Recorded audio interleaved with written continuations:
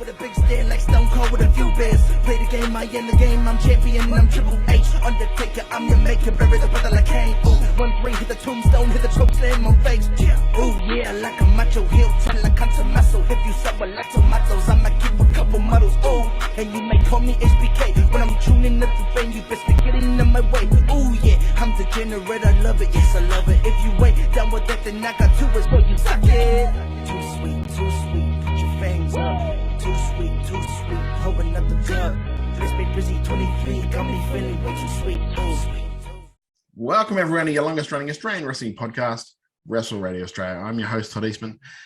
This will be, I'm sure you can tell by the runtime of this episode, it will not be a normal Wrestle Radio Australia episode. For the mere fact is, I don't have a guest this week. Over the last couple of weeks, Marcus Pitt and I were trying to work out our timetables, and unfortunately, with he's had issues and then I've had issues, so we haven't been able to hook up for the last couple of weeks. So instead of just not having just a normal Wrestle Radio Australia episode, I thought I'd come on and talk about some stuff, because this is stuff I've sort of wanted to talk about. And yeah, so we've got a guest-free episode this week. Hopefully next week I'll be able to get Marcus on and talk, or maybe I'll just find someone else to talk to until I can actually get Marcus on, which is fine. It's one of those things that happens, and life happens. So this is not me saying anything bad about Marcus at all, because I like Marcus, and I cannot wait to sit down and have a chat to him about professional wrestling, especially at the moment, because, well, at the moment, the only states that are really going when we're talking pro wrestling in Australia are Perth, South Australia, and Queensland.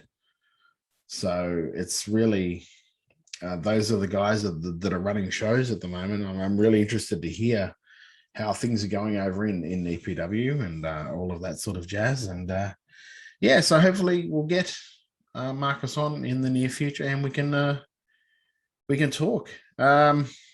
New South Wales and Victoria, hang in there, guys. I know it sucks at the moment, and I know Victoria have very much getting flashbacks to last year, and I really hope we can clear this sort of thing up. And my heart and my thoughts go out to you guys and what you're struggling with. I can't empathize with what you're struggling with a hell of a lot, because luckily for me, I'm up here in Queensland, and we haven't really gone through as much of the troubles as you guys have over the past couple of years, but we still have been going through some stuff. And I'll be honest with you, it's been hard for me. Like, I know the guys on the turnbuckle are taking a week or two off just to recharge and that sort of thing. And I do understand it, even though I'm not in lockdown the way you guys are.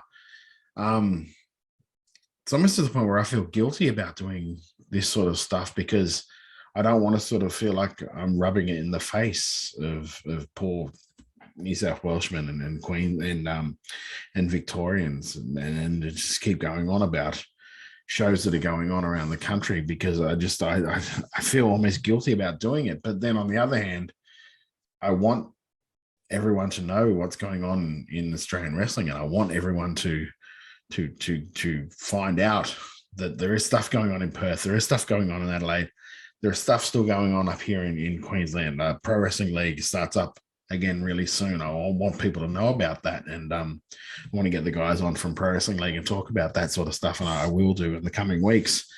And it's it's just all a thing where I'm trying to balance that, wanting to do that sort of stuff and get the thing out with my own I guess my own mental health, my own anxieties about not wanting other people to feel bad and all of that sort of stuff, because I don't want people to feel bad about where they are. I want everyone to look on the upside of what can be, what's going to happen when we all get through this, because there is so much talent ready to go when New South Wales and Victoria get through that stuff, that they're going to be hard to stop. And I'm just looking on that side of things and really hoping that you guys pull through and get out on the other side and really put on some good shows. So for this episode, what I'm going to do is I'm going to throw to an ad, and then when we come back from the ad, I'm going to throw to a little thing I've been thinking about over the last like week or so, and that's my top 5 pet peeves in wrestling. And it's not just like, I'm not like talking the this is what I hate about this, and this is more the wrestling side of stuff. So it's sort of like if I'm on a show or that sort of stuff. This is the top 5 things I don't really, that sort of what annoys me about wrestling, and not necessarily what is everyone would annoy everybody, or what is wrong about wrestling, because it's a personal choice, I guess. But these are just, for me, the top 5 things that annoy me about that. And we'll do that right after this, right here on Wrestle Radio Australia, probably the quickest episode in the history of WRA. We'll see you after this. By my hand, you will rise from the ashes of this world. On Saturday, October 9th. The best in Queensland Pro Wrestling returns.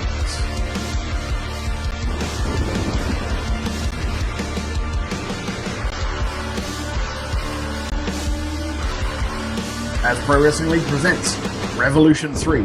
Check their Facebook for details. Okay, so this is my top 5 pet peeves at the moment in wrestling.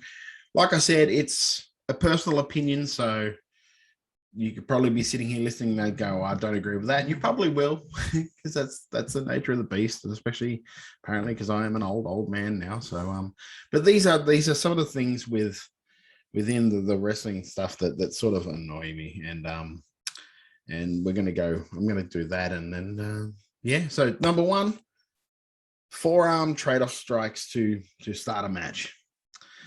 Now it's predominantly when you watch New Japan wrestling, you see this a lot, and I think that's just the New Japan style, which is fine. For me though, it's I don't understand it, to be honest with you, because wrestling is supposed to be like an athletic contest. Now, if I was to go into any match or anything like that, I wouldn't stand there and let somebody just hit me. I wouldn't do it. I would think that would be a silly way to start an athletic contest, to start a match. I mean, there are plenty of ways to do it. You've got your traditional lockup. You've got your fake lockup to a kick to the gut. You've got, if it's an ongoing feud, you can hot shot the thing where you just go in there and you start punching each other, which is, that to me is a legitimate, that to me is a legitimate start, because you're angry at someone. So you're not thinking about just winning a match. You are going to cause injury. You're going to hurt the person. You're going to start a fight. And but for the forearm strike-offs where you stand there and go, come on, hit me, bang, oh, I'm gonna hit you, bang, and we're just letting someone hit you, that to me doesn't make sense in a straight up one-on-one match. That to me tells me that you're not trying to win a match, you're just trying to punch each other, which makes no sense to me in a competitive athletic contest. You would be trying to lock up and trade holds, and then it will devolve into, then you can go to an eventual like forearm strike off. You can go to that eventually because you fire up each other enough that you do it, and oh yeah, come on, man, you want to bring it, bang, bang, that sort of deal. But straight off the bat, like ding ding, stand there, look at each other, start firing trade-offs. That to me doesn't make sense. Now, I see it a lot in like I said, New Japan, and I think Moxley and Suzuki did it the other day on AEW and all of that stuff. And then that's fine for them, I guess. But for me, I just don't think it makes sense in a athletic contest setting. So that is number 1, pet peeve. Number 2, pet peeve. See, this is it's not a peeve so much as it's sort of, I think it's hard to do well. It's hard to pull off well. And that is face versus face matches and heel versus heel matches. Very much for the same reason for both, really. I mean, if you've got a face versus a face match, then you've got the fans like having to decide who they like more, and it could in long term hurt one of the faces or hurt one of the heels, even because you might start liking a heel. You might see something in a heel that you like, so you might start getting behind this guy, and that's the last thing that you want for your heel. You last thing you want for your heel is to be liked. At the moment is, and I don't understand it, and I'll probably talk more about it this week on making chicken salad. I see everyone going off and talking about the big pop Adam Cole got when he came out this week on Dynamite. That to me tells me that that's not a good heel, because he's not supposed to be getting pops. He's a heel. He's supposed to be hated.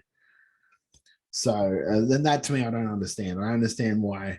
And especially fans that I see that are supposed to be sort of smart to the business, like enjoying that he gets the heel pop, because he's not the face pop, because he's not a face, he's a heel.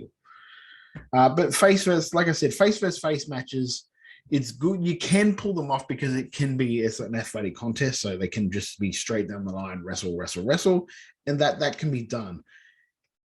It can be hard because you can also divide a crowd, is what I'm saying. So I mean, you can inadvertently turn a crowd against a certain guy because a face that's more popular wins a match, and then by or even if it's a face that's more popular and the less popular face wins that match, could maybe turn the guy heel. So I think it's a hard dynamic to pull up, and heel versus heel is an even harder dynamic to pull off, because eventually someone's going to get cheered, or you're both going to get booed, and the crowd aren't going to be into the match. And that's the last thing you want, is for a crowd not to be in to what you're doing in the ring. And that is number 2. Number 3 is it's something that I see sometimes, and it kind of it annoys me.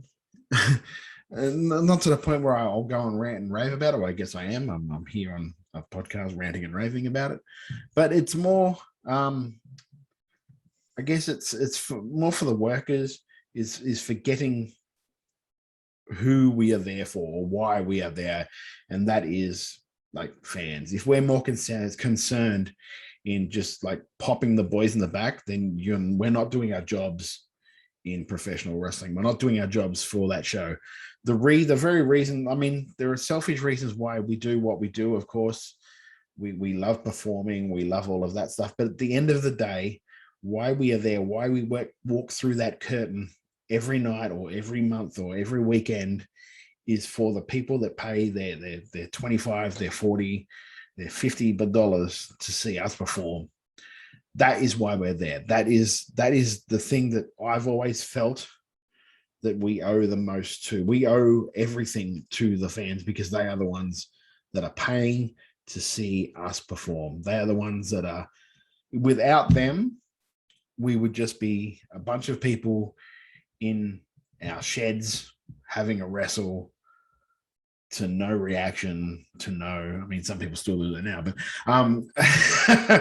we would be nowhere without having fans that will come each week and support us, come in each week and put down their hard-earned money to see what these guys in the ring can pull off, what I do as a bad guy, a heel, a manager, what the faces can do to really ignite the crowd, and all that the whole deal of what we do.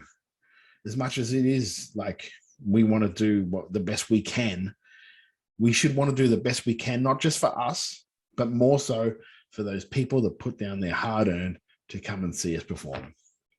And for those who go out there and just do something to pop the boys in the back, you're not doing your job. You're not doing what you're supposed to be doing as a professional wrestler.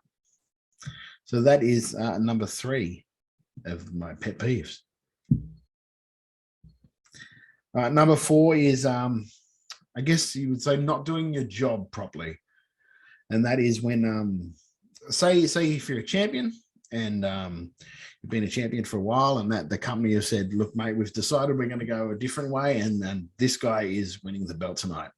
It is your job as a professional wrestler emphasis on the word professional, to put that guy over to the best of your ability and to set that guy up the best way you can to make sure his championship reign is as successful as what yours was. Just like the guy before you, hopefully, did the best job he could to set you up for success for your championship reign. It is our job to make, in a heel's case, it is our job to make the babyface look as good as they can before they win or before they lose. It is as simple as that. If you're a champion and you don't make the person that is beating you look good before they win the belt, it's sort of like you gobble them up. You take so much of the offense, you don't, and this guy maybe gets 2 or 3 moves in and gets the win. You have not set this guy up for success. You have not made this guy look good, and you have done yourself and you've done the company and you've done your title reign a disservice. I've always said to people when I was booking, when I was backstage, anything like that, to me, the best mark of it, the most important mark of a champion is how he loses the title and not how he wins the title. It's how you go out. It's how if you leave the place better than what you started there. And that to me is doing the job properly, making sure the guy that you've put the belt on, you're giving your 100% to make him look good, to set him up for another title reign. If you're in there white-handing him and then making him not look so good because you hope that the company will put the belt back on you, believe me, the company knows what you're doing, and it is probably less likely that you'll get another shot at that title. And to be honest, if you're doing that, then you're a belt mark, and you are not exemplifying what we're supposed to be doing here, and you should not be a champion for any federation, to be perfectly honest with you. That is number 4 of my top 5 pet peeves. Number 5 is one that I find, and it's funny because I had this conversation just this past weekend at Venom Pro Wrestling, because we were talking about the guy that I managed was in a 4-way match, and they're talking about planning the finish. And every time I hear this finish, it doesn't enrage me, but it just annoys me because it's so uninventive. And that is when the good guy hits his finisher on somebody and the heel comes in, grabs him, throws him out, and then steals the pin. If I see that one more time in a multi-man match, I will dead set throw up. Now, I'm sick of seeing that finish because everybody knows that's what's going to happen. Everybody knows, if you've watched wrestling for more than 5 minutes, you will know in a multi-man match, if somebody hits their finisher right, like in a decent amount of time in the match, somebody hits their finisher in the middle of the ring, somebody's going to come in, throw them out, and steal the pin. It is so uninventive. It is so boring to see now. You guys are artists. Please be more inventive in your art. Please think of something that is different to what you've seen before. Please do that. Please don't just rely on the same old thing. If I have to see it again, like I said, I will throw up. I'm so sick of seeing that because it's just, to me, it's like you didn't put any thought into it. You just went, I will just go with the tried and true finish. It might work with a crowd, but it doesn't work with a crowd, if that makes sense. Anyone who's been there for more than 5 minutes knows that's a finish, and they'll be like, okay, yeah, I've seen that finish 1,000 times before. Please be more inventive with your finishes. That's just not, I guess that's just not in multi-person matches. That's just in matches in general. Please just think of different ways you can get out of or get into finishes. Think of different ways you can end matches, because that is the art of storytelling. The art of storytelling isn't just like copy and paste. The art of storytelling is thinking of something new, even if it is taking something that's old and putting a twist to it. Do that, but just don't hit the finish, have the guy come in and throw the other guy out and then take the pin. It is so boring and uninventive that it does my head in. It tells me that you don't really care. to be perfectly honest. In my opinion, it tells me you're not really caring about this. You just want to get through the match. And that's cool if you want to do that, but it just, I don't have time for it, to be honest with you. Think of something different. Think of something new. Think of something that has not been done. Maybe it has not been done before, but it has not been done a lot. I think it was like a couple of finishes before. I've seen one finish in a women's match, a four-way match. I can't remember who was in the match, to be perfectly honest. I know Savannah Summers was one of the girls in the match, and it was a different finish because it was like, I think one of the girls had hit something off the top rope but got tied up into a tree of woe. And then when the other girl was on the ground, the third girl came in, hit her finish, and stole the pin that way because the girl was stuck in the tree of woe. She had no real way of breaking up that pin, so she was stranded. There was no way for her to get to. See, that to me, that's inventive. That is something that excites me about pro wrestling. That's something I love when something like that happens in pro wrestling. So that is my top 5 pet peeves in professional wrestling. We'll be back after this with Views from the East right here on Wrestle Radio Australia. October 16th, the road to Reawakening 20 begins.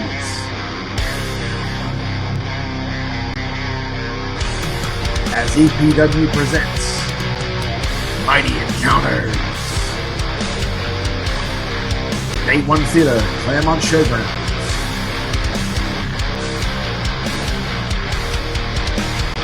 The last stop before Reawakening 20.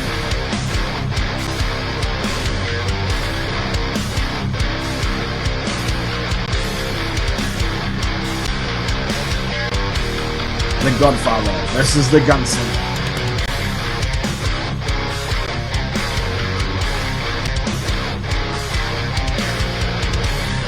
Plus, all your favorite EPW superstars.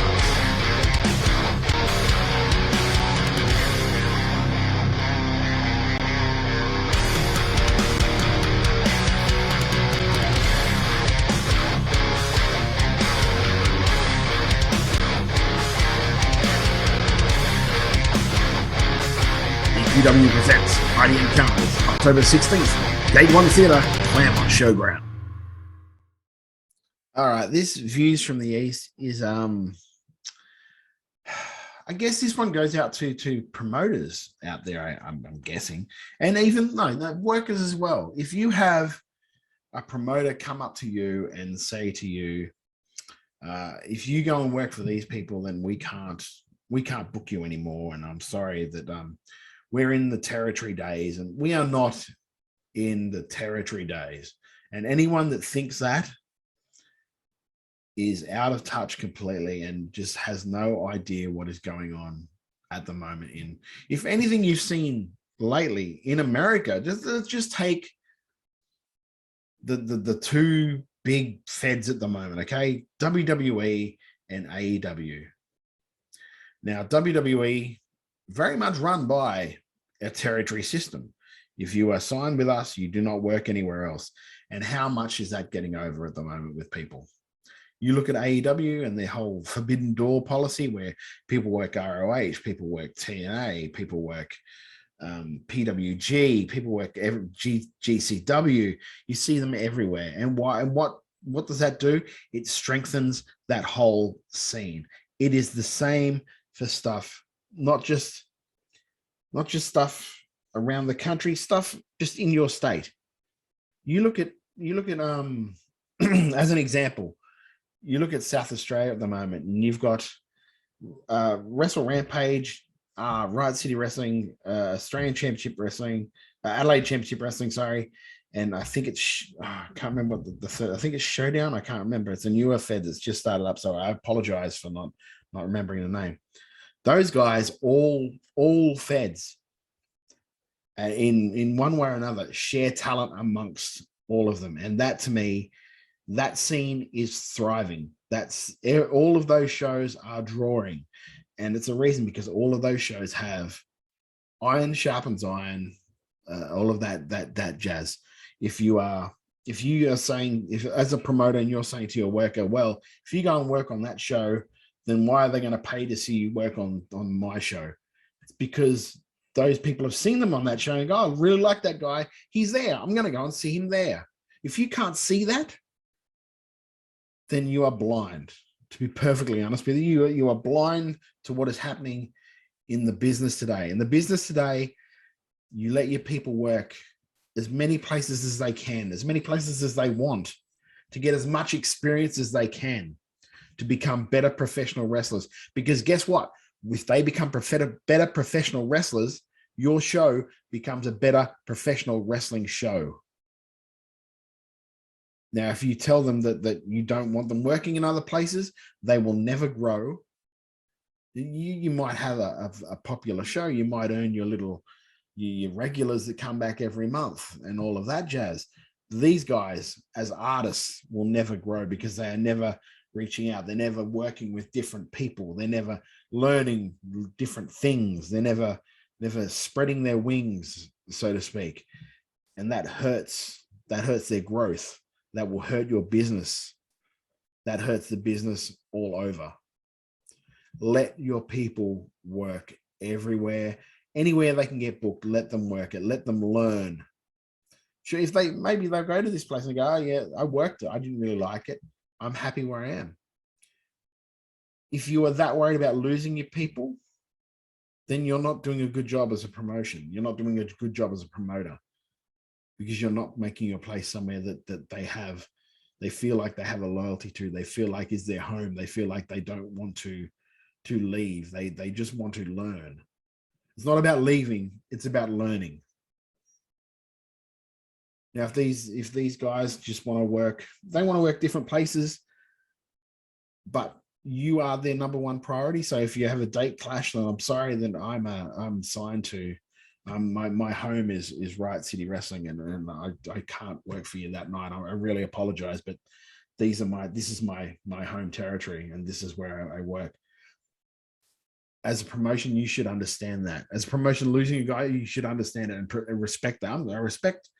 If I had a guy that said that to me, oh look, I'd love to work for you, Todd, but that date clashes with Bullshit Championship Wrestling, which is my home fed, and I'm booked there, and I respect the hell out of that. I respect that so much, because it shows to me that you have loyalty. It shows to me that you're someone that's worth investing in, because you have morals. You're not just going to go, well, you're drawing more, so I'm going to go to you. No, that's not the way that's not the way it should go ever. It should be where you're happy, where you're the happiest, where you feel your home is, where you feel you can do your best work.